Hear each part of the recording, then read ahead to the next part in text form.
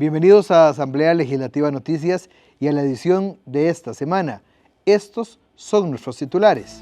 Agravan penas para quienes usen ácido y otros corrosivos en agresión contra las mujeres. Avalan presupuesto del 2025 con más recursos para seguridad y educación. Asamblea Legislativa entrega galardón ambiental a Escuela de Térraba en zona indígena. Establecer jornadas laborales excepcionales sigue generando dudas dentro de Comisión de Asuntos Jurídicos. Vamos al detalle de las informaciones.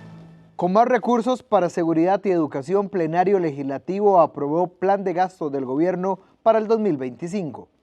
Los diputados dieron el aval al presupuesto para el ejercicio económico del 2025, priorizando recursos para seguridad y educación, donde destaca el aumento del 2% al Fondo Especial para la Educación Superior, que representa un monto de 11.521 millones de colones. Los diputados externaron su posición al respecto. Pero también hemos realizado esta discusión que nos ha permitido avanzar, por ejemplo, poniendo más recursos para inversión en transporte de estudiantes, en becas para estudiantes, en escuelas primarias, secundarias también. Y bueno, esa es una buena muestra que la Asamblea Legislativa se toma muy en serio la discusión del presupuesto y puede construir acuerdos para el bienestar de la población.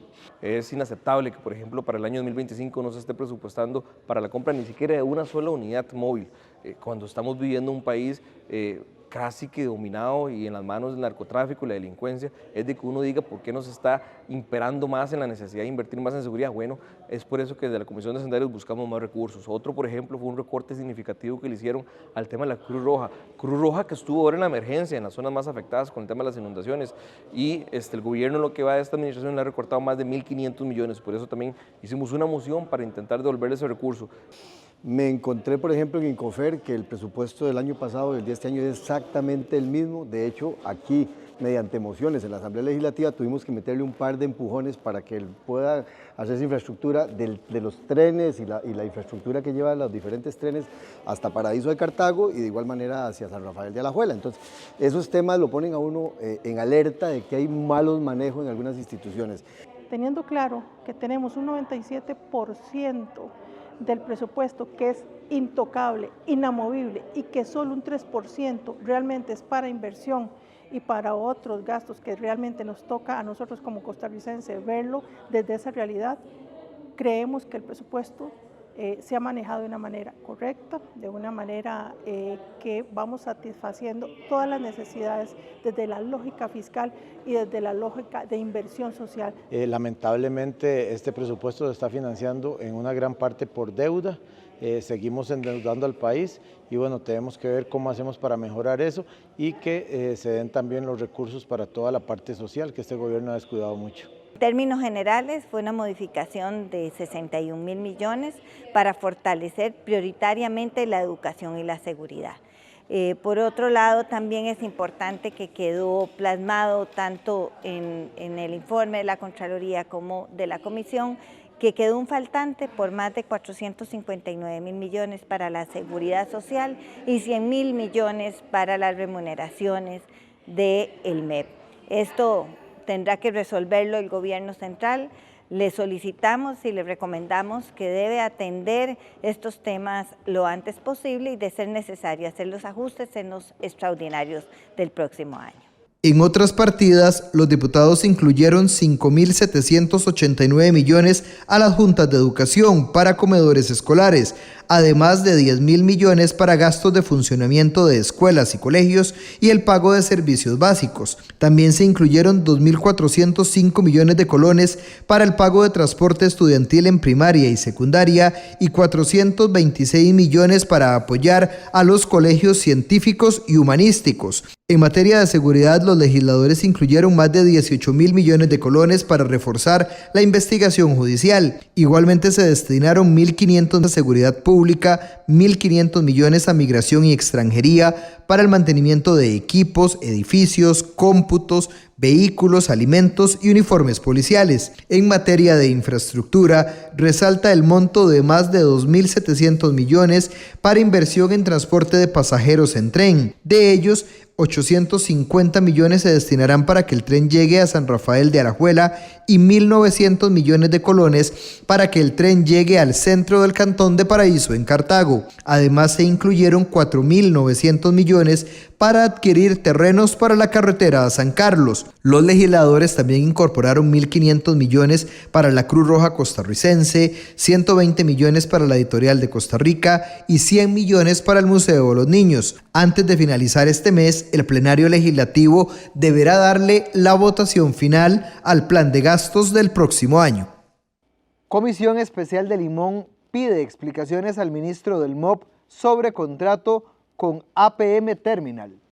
Los diputados pidieron explicaciones al ministro de Obras Públicas y Transportes, Mauricio Batalla, sobre el cumplimiento de los objetivos del contrato de concesión con APM Terminals respecto a la administración de la terminal de contenedores de Moín. Así lo solicitaron a la audiencia del jerarca ante la Comisión Especial de Limón, quien por segunda oportunidad compareció en este foro legislativo para dar respuesta a las interrogantes de los legisladores. Ada Acuña, del oficialismo, manifestó que han habido muchas críticas con relación a la concesión. Consultó qué acciones en concreto se han hecho en este gobierno con este tema. Yo quisiera saber qué acciones específicas se ha hecho en este gobierno. 64 multas que se han abierto en el transcurso de todo este periodo. Inclusive, doña Ada, durante 2 años, me corrigen, durante 2 años no se abrió ningún tipo de multa. 2 años, me parece, 2019, 2020, no se abrió ningún tipo de multa. A partir del 2022 empezamos a abrir las multas y hemos cobrado cerca de... Sí, ¿cuánto es? Más de $1,500,000 se le ha cobrado al concesionario en multas por incumplimientos. Eso es muy importante porque, como le digo, 2019, 2020 no se había abierto ningún tipo de multas, se mantenía, digamos, sin ningún tipo de reclamaciones o sin ningún tipo de señalamientos. Rocío Alfaro, de Frente Amplio, preguntó sobre los informes de la Contraloría General de la República que señalan debilidades de parte del gobierno en la supervisión de este contrato. Se identifican que efectivamente en la administración, ya sea de don Luis Amador o la administración de don Rodolfo Méndez Mata, no se tomaron las previsiones para hacer un debido control sobre el cumplimiento de APM Terminals. A mí me parece que en los últimos 10 años el Consejo Nacional de Concesiones se ha visto muy debilitado. 8 años anteriores al 2022 por una cuestión, creo, más de pensamiento ideológico, de que no se creía en las concesiones, y los 2 primeros años seguramente de esta administración donde nos faltó poner énfasis en todo lo que tenía que realizarse, y es por esto que en los últimos 8 meses hemos pasado cerca de 12 personas al Consejo Nacional de Concesiones y hemos hecho una serie de acciones, digamos, unir a la nueva secretaria técnica, nombramos una nueva secretaria técnica y la rodeamos de un grupo interdisciplinario de profesionales del Banco Interamericano de Desarrollo, expertos en concesiones, para que esto fuera a un mejor puerto. Sí, a su pregunta directa, la respuesta directa, han faltado seguramente a través de los años. Catherine Moreira, de Liberación Nacional, consultó sobre las multas en atención de los buques. Habdeba 24 horas está al pendiente de la supervisión y del reporte del trabajo que se realiza en la TCM, ellos como autoridad portuaria. Entonces, eso es lo que yo quiero saber, ¿qué se utiliza, para qué se utilizan esos dineros de esas multas? APM, y hay que ser claramente, ¿verdad? No son unos novatos en esto, ellos tienen más de 60, 70 puertos en el mundo, entonces es una empresa gigantesca que digamos que este es su know-how y este es su conocimiento y este es su día a día. Por supuesto, cuando no se cumple, pues le tocará a la administración, y vea que venimos cobrando multas, pero venimos atrasados en el cobro de multas. Los diputados también pidieron un informe al ministro sobre las multas cobradas a la empresa concesionaria APM Terminal. Asamblea Legislativa entrega galardón ambiental a Escuela de Térraba en zona indígena. Con el proyecto denominado Parque de Lluvia, la Escuela de Térraba, ubicada en la zona indígena de Buenos Aires de Punta Arenas, se hizo acreedora al 7º Galardón Ambiental Legislativo Jairo Mora Sandoval, dotado con un premio económico superior a los 2.3 millones de colones. En el Salón de Expresidentes y Expresidentas de la República se llevó a cabo la premiación con la presencia de estudiantes de la escuela, educadores, representantes del jurado calificador y autoridades legislativas. Cuando vemos estas 25 propuestas que nos tocó evaluar de todas las provincias, de colegios públicos y privados, de escuelas públicas y privadas, de la ruralidad, de la urbanidad, el Parque de Lluvia realmente nos robó el corazón. Y la Escuela de Térraba con este proyecto nos invita a pensar desde la sostenibilidad en la zona en la que estamos. La directora de la Escuela de Térraba, Raquel Morales Gutiérrez, explicó que el proyecto busca promover la valorización de la época lluviosa como un recurso educativo. El apoyo que ustedes nos han brindado, señores de la Asamblea Legislativa, nos motiva a continuar esforzándonos por generar un impacto positivo en nuestro entorno y, si se puede, más allá de nuestro pueblo, ¿verdad? La subgerente de la Asamblea Legislativa, Alejandra Bolaños, destacó el valor de la participación de la escuela en este galardón, además de su aporte en la construcción de una mejor Costa Rica. Comisión de Relaciones Internacionales pide cuentas al ICE por la no implementación de tecnologías 5G en Costa Rica.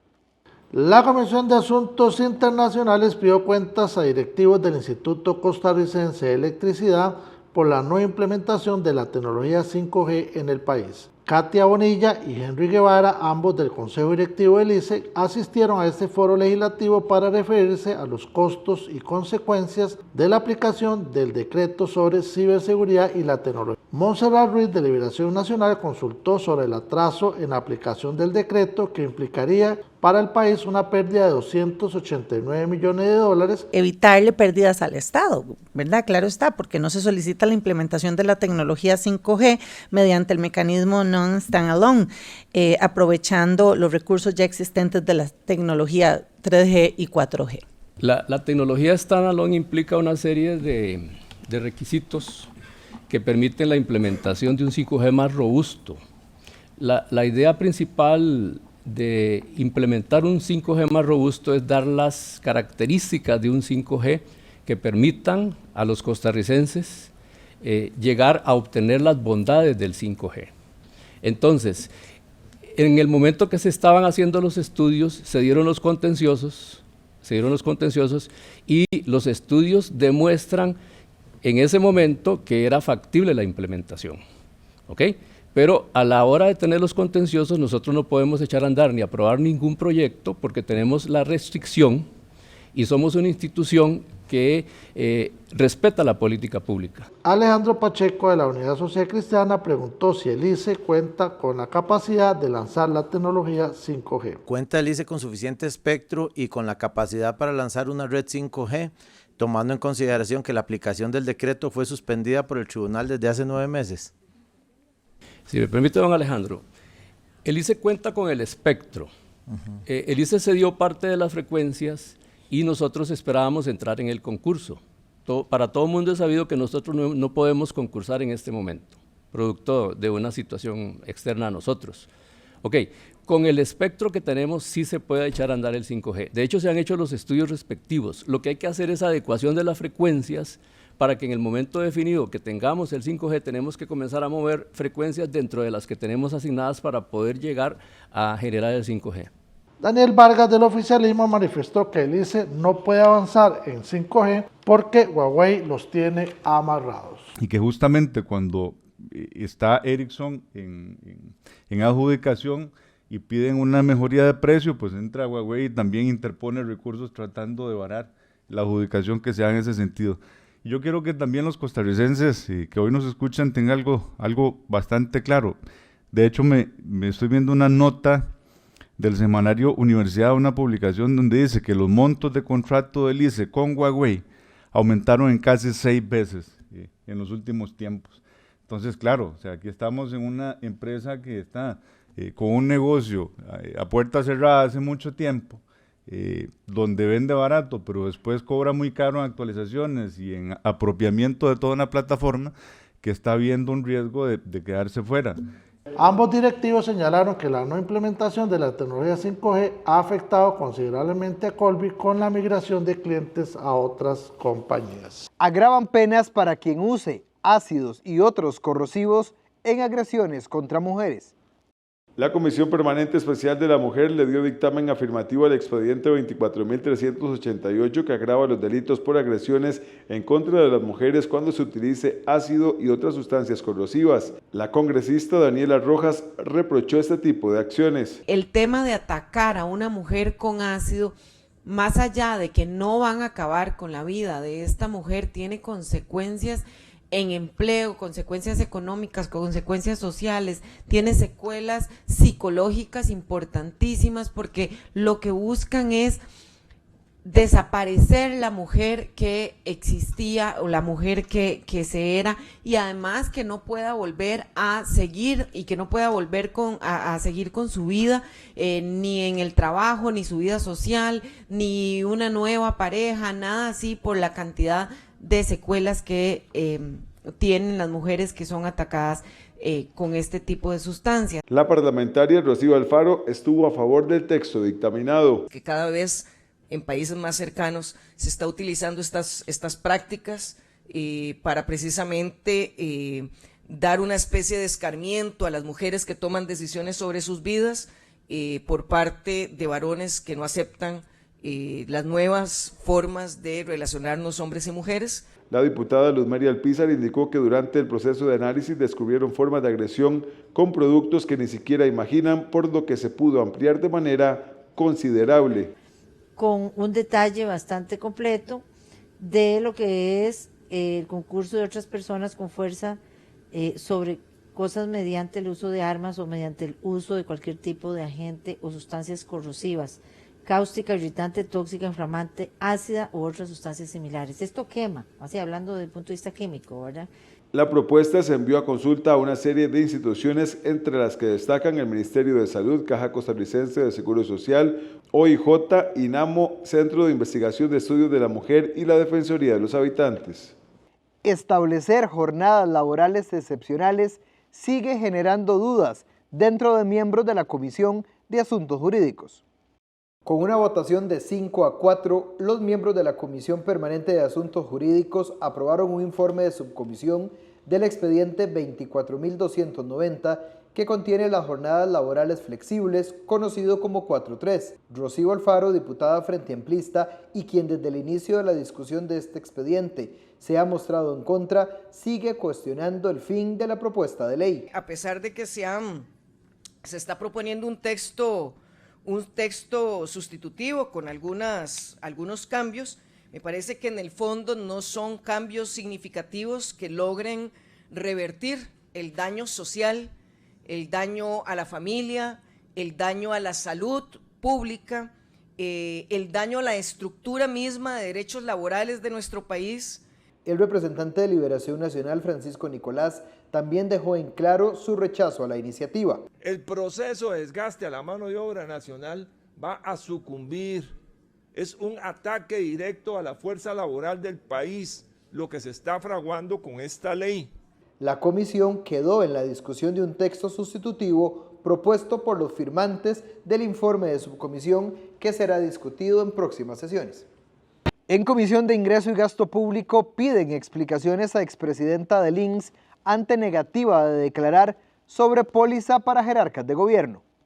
¿Quién autorizó la póliza? ¿Existe un informe sobre la rentabilidad de ese seguro? ¿Cuál fue el motivo de su salida del Instituto Nacional de Seguros? Fueron algunas de las interrogantes que formularon los diputados de la Comisión de Ingreso y Gasto Público a Mónica Araya, expresidenta ejecutiva del INSS, sobre la póliza que cubriría al presidente de la República y sus ministros ante eventuales demandas civiles. Sin embargo, Araya leyó varios artículos de la Constitución Política que ante una investigación que está llevando a cabo la Fiscalía sobre el tema, se abstendría a declarar. Sí mencionó que no aprobó, ni revisó, ni autorizó dicha póliza. El diputado Francisco Nicolás de Liberación Nacional consultó el número de expediente de la causa donde presuntamente figura como imputada y le solicitó que justificara su abstención, pero la compareciente no dio ninguna respuesta. ¿Me puede contestar quién fue la persona que la autorizó? Me abstengo de declarar, señor diputado. ¿Esa persona tiene afinidad con usted, con sanguinidad o algún grado de cercanía para que usted le alcance ese derecho, señora? Le estoy preguntando, doña Mónica. Me abstengo de declarar, don Francisco.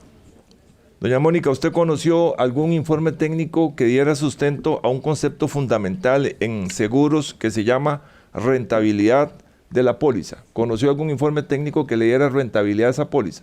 Me mantengo en no declarar con relación a este tema. Doña Mónica, ¿usted conoció algún informe técnico del INSS donde clarificaran el modelo reaseguro de esa póliza? Tal como indiqué anteriormente, al ser los hechos objeto de esta comparecencia en una investigación... Doña Mónica, por favor, le ruego no atrasarnos el trabajo de la comisión. Vanessa Castro de la Unidad Social Cristiana manifestó que guardaba la esperanza que se refiriera al tema. La transparencia tiene que prevalecer porque nosotros, fuimos funcionarios o hemos sido, o en este caso soy yo todavía la que ocupo un cargo, pero lo somos en función y en deber de la gente y del país. Entonces, en ese sentido yo quería, me hubiera gustado que respondiera. Ariel Robles del Frente Amplio consultó sobre quién fue responsable del diseño de dicha póliza. Fue responsabilidad absoluta de doña Mónica tomar la decisión de cómo iba a estar esa póliza diseñada, sí o no. ¿Podría más bien ampliar un poquito más del sí o del no? Respóndame el sí o no y amplía. Más bien voy a referirme a lo que di claramente como comunicación y creo que contesta esa pregunta y le agradezco si me da esa oportunidad. Vamos a ver, ninguna de las modificaciones de la nota técnica a la póliza en la historia de la misma en su GESE, que fue inscrita desde el 2010, ha sido gestionada, aprobada, revisada o firmada por mí, ¿verdad? Eso en primer lugar.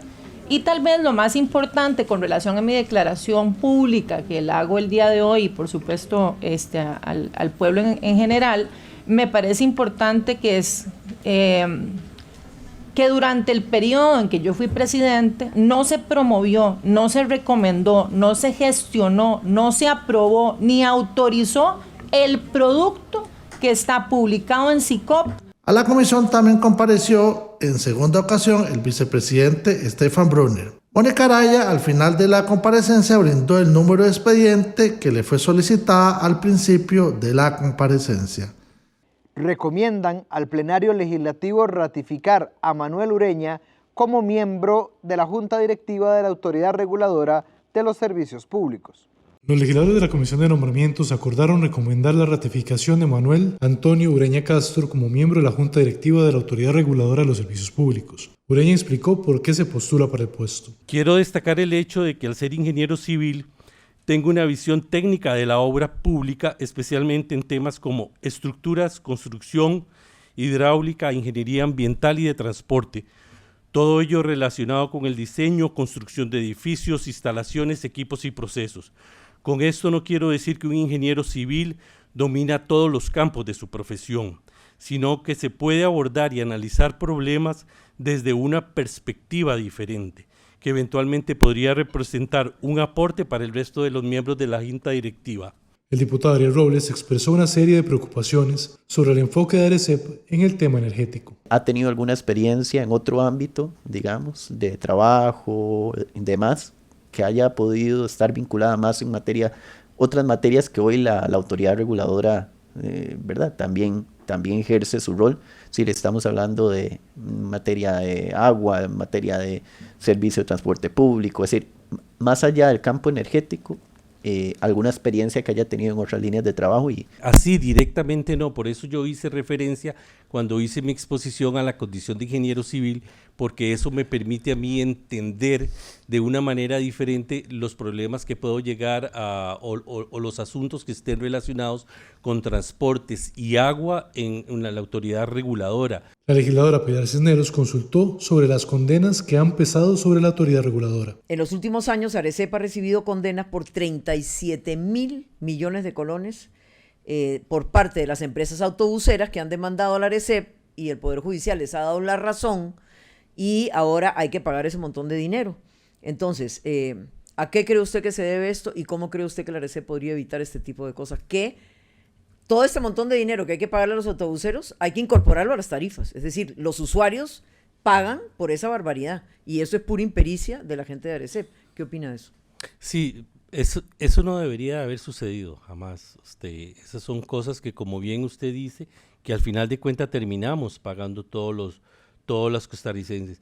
Por eso yo hice referencia en mi presentación a la interoperabilidad de los sistemas y al blockchain que está relacionado directamente con el dato. O sea, cuando hablamos de interoperabilidad, es como el sistema del regulado y el del regulador se enlaza para transmitir la información. Ahora el Pleno Legislativo deberá votar la ratificación de Ureña en la Junta Directiva del órgano regulador. Directora de la Biblioteca Nacional pide a diputados aprobar proyecto de ley para asegurar protección a la historia.